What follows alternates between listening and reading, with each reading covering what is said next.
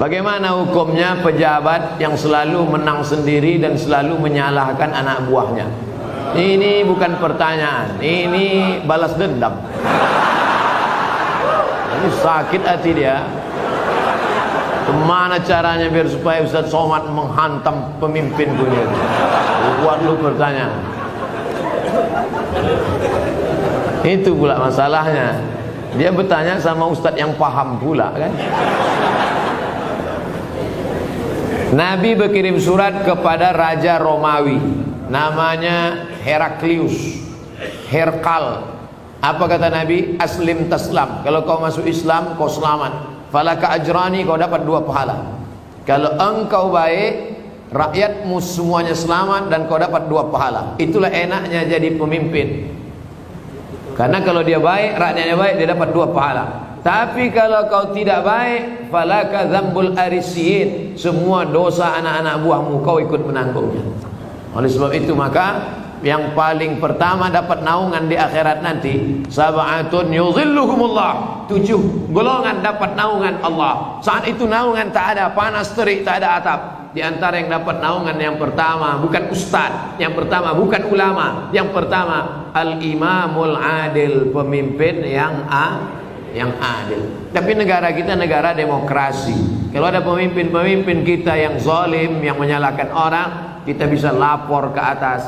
Ada laporan, bapak-bapak pegawai kepala dinas lapor ke Pak Wali Kota. Pak Wali Kota ada laporan ke atas, ada atasan, ada BPK, ada Inspektorat Jenderal, ada macam. Bapak-bapak polisi, tentara lapor ke Propam, ada atasan yang bisa kita laporkan. Kalau takut kirim surat kaleng. Jangan fitnah.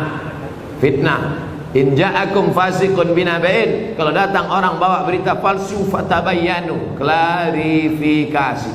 Nah, salah tak selesai dengan ditulis di wall Facebook, tapi harus diselesaikan. Wa amruhum syura bainahum, diselesaikan dengan musyawarah.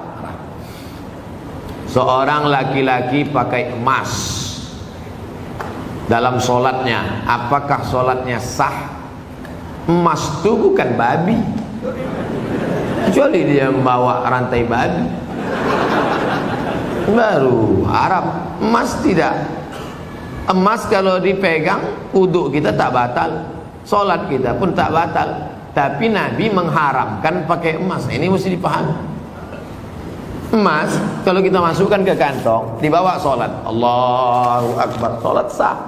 Tapi memakai cincin emas haram. Bapak-bapak yang pakai cincin emas, buka sekarang juga. Tak ada gunanya pengajian. Tak ada guna pengajian. Nantilah mubazir mengaji. Bapak-bapak yang sekarang pakai cincin emas, buka sekarang juga. Tak perlu tunjukkan, pelan-pelan aja dari bawah. Buka masuk. Balik dari sini, jual. Kalau batunya sayang, simpan. Mana tahu batunya zamrud, kecubung, permata, intan, simpan. Ambil batunya, ikatkan dengan perak. Cincin saya emas putih Pak Ustadz. Emas putih itu emas. Emas putih itu emasnya 80, nikelnya 5. Emas putih itu emasnya 80%, nikelnya 5%, peraknya 18%, peraknya 15%. Maka warnanya putih, tapi dia emas juga. Jadi kalau mau buat cincin, perak saja. Ini cincin perak. Batunya zamrud, asli.